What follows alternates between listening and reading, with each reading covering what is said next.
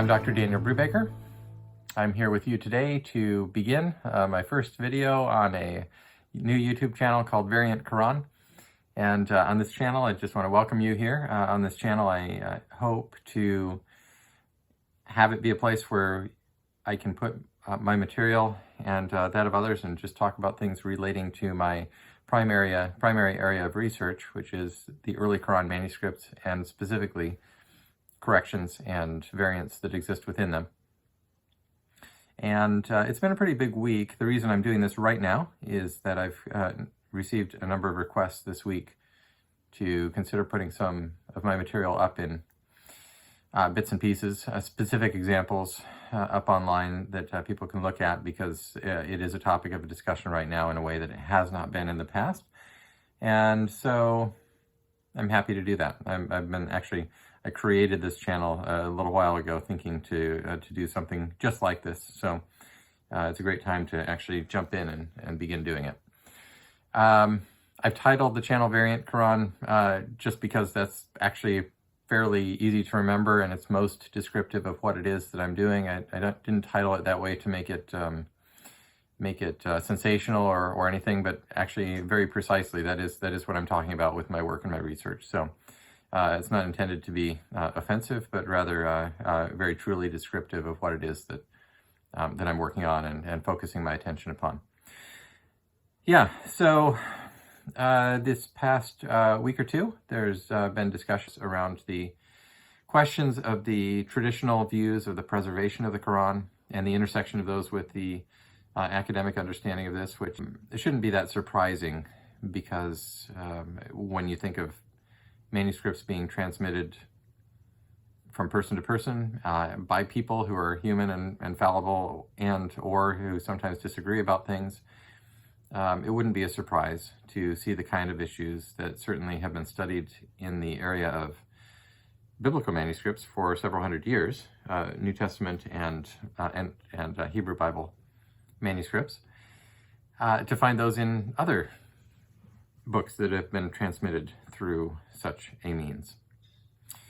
I think the difference is that there has developed over time a sense, mainly in popular at the popular level, that the Quran is different, that the preservation of it was not merely a matter of confidence in the text being as it was delivered, but also almost a doctrinal issue that this text can be trusted because it was transmitted perfectly without a dot or a letter changed and so forth. And in that final phrase that I just said, that is not the view of the earliest Muslim scholars of the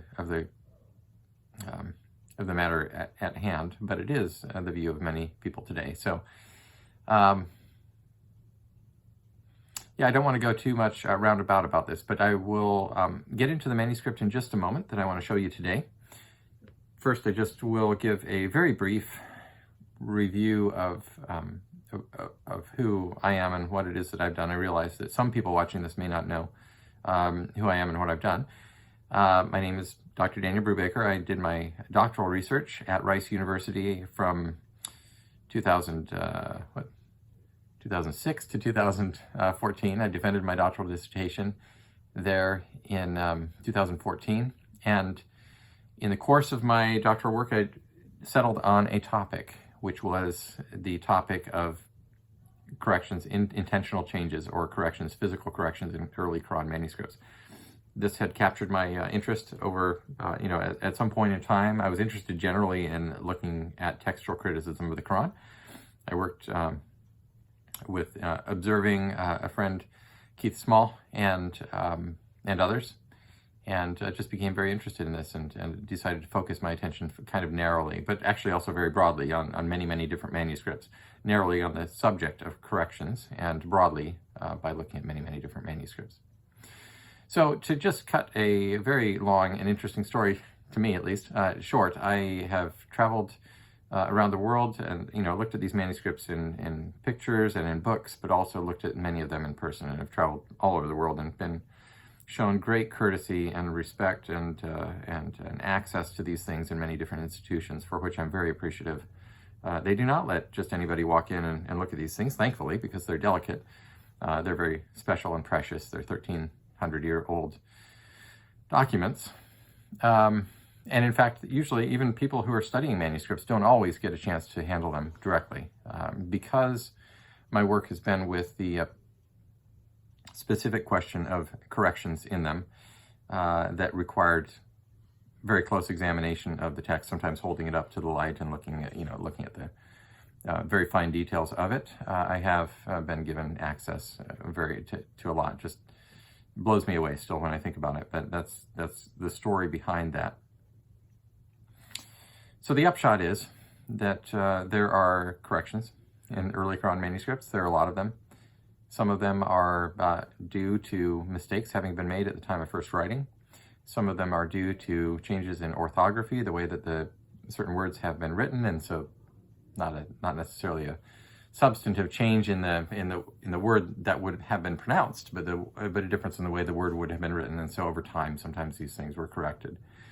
Sometimes they're due to differences in the readings or the ahruf, which are different things, but and so maybe the manuscript was first written by somebody who was following one particular line, and then was corrected by somebody who was wanting the manuscript to conform to a different reading or something like that. So those kind of things exist as well. But beyond that, there are also a number of corrections and other textual issues, other variations, that don't seem to fit into any of these categories, and those are the ones, obviously, that are the most interesting. Now, I've cast my net fairly wide and have found thousands by now. I have many, many that are sitting in photographs that I have still yet to document and put in, and those will be coming out in forthcoming books, hopefully very soon. Yeah, so the task next at hand is to make sense of these and to evaluate them and sort of sift through the ones that are most potentially significant, most perhaps theologically or doctrinally significant, and begin to look at those more closely. And that's a work not just for me, but for other people to look at as well. Right, so here I am going on and on. So, but I don't want to jump in just yet to the manuscript before saying that I understand that this topic is sensitive. Even when I was the most common question that I had when I was doing my doctoral work was and traveling to countries, not only the UK, Cambridge, Oxford, and these places, British Library and Paris and so forth, but also to some of the countries that are Muslim majority countries. And the question was, is it safe to be doing this kind of research? And in fact, I didn't know. I hoped that it was, and I thought, I'm an honest person doing honest research and not trying to pull the wool over anyone's eyes or anything like that, which I wasn't. So, and in fact, it turned out that way. But of course, at the time when you're doing something new, and these are questions that are not asked and they're in sensitive areas, we don't know. So I would go in on my travels, and I would email my notes back to my wife every night, not knowing what's around the corner. People have very strong feelings about things. So that is sort of part of the glimpse into the adventure that I've been on over these past years. Now, the manuscript I want to show you today, I'm going to step into, and I'm going to transfer over to a slideshow of it in just a moment so you can see it directly. But I wrote a paper on this in 2009, I believe. I presented it at MESA in San Diego, the Middle East Studies Association. And I was looking through it, and I noticed a couple of corrections on the page, but when I was trying to locate what the text was, what the actual verse was, I came across this issue at the bottom of the page, which you are going to see in a moment. The point that I want to emphasize about that will be clear in a moment, but I just want to also say that the question of how widespread the corrections and what the breadth and depth of the issue of corrections were in manuscripts is something that's relatively new. I don't think anybody has really gauged that before. Even Keith Small, who was a dear friend and who showed me and sort of set me along this track. I don't think he had any real sense or realization of this.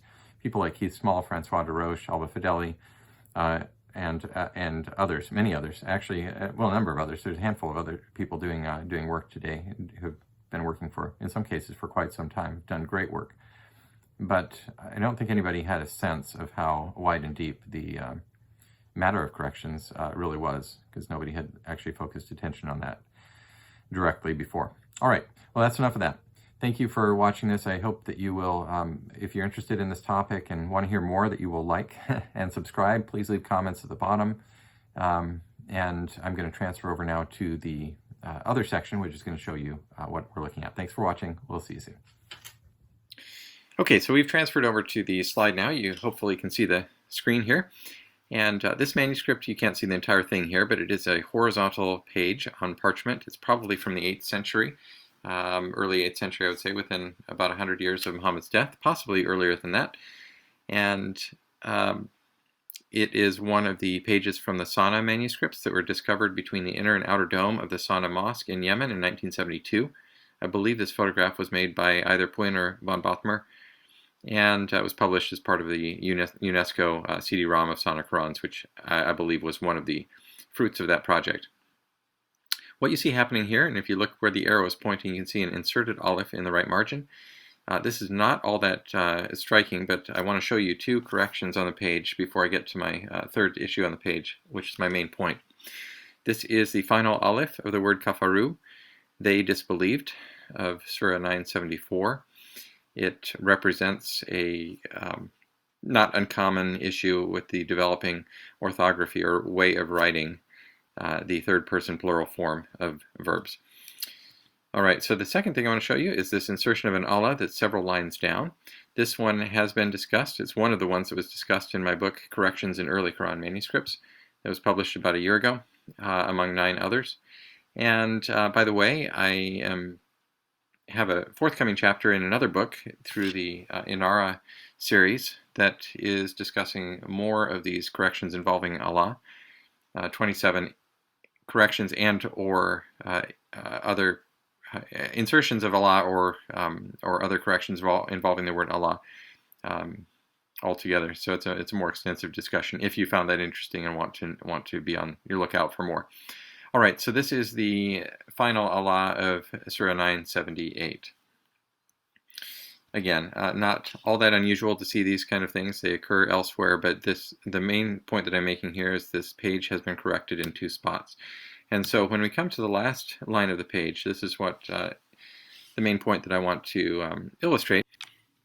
We notice that the scribe who first wrote the page actually left out 3 words when it was, if we're comparing it to the text that is now in common use today around the world in the Hafs text and the Cairo edition.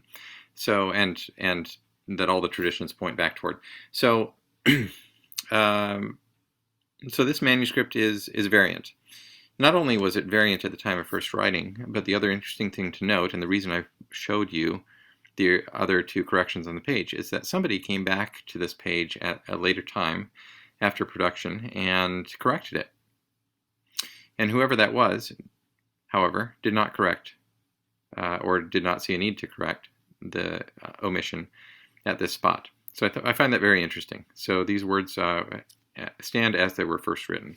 So 2 people, at least, well, possibly one of them, made a mistake by omitting something, or possibly didn't. Possibly thought that that was the way that it was supposed to be written, and possibly the second one, the corrector, either made a mistake and didn't see it, or once again reviewed it and thought that that was the way that it was supposed to be written.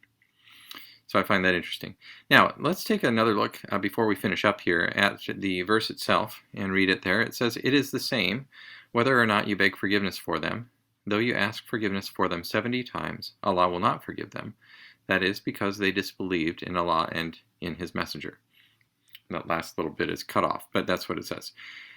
So this verse can be read sensibly, grammatically correct, with or without the Sab'in Maratan Fa. If you read it without it, it would say, "It is the same whether or not you beg forgiveness for them. Though you ask forgiveness for them, Allah will not forgive them."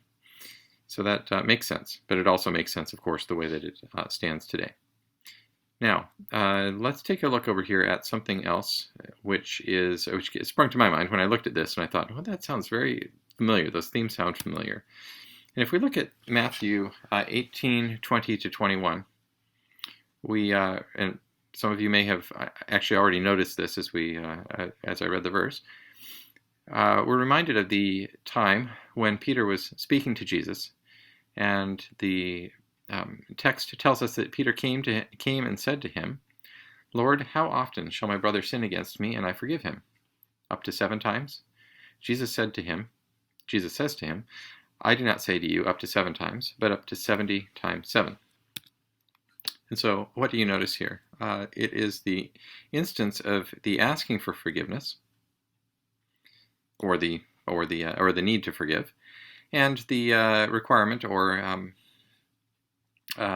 call to do so, up to 70 times 7 in this case.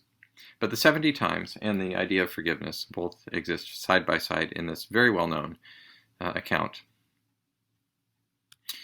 just as they do in the Quran text, as it stands today, but not as it stood at the time that this particular manuscript was first written. It lacked that idea of the 70 times. Now, the idea of 70 and the motif of 70 and 7 is very important in the New Testament and in the Hebrew Bible.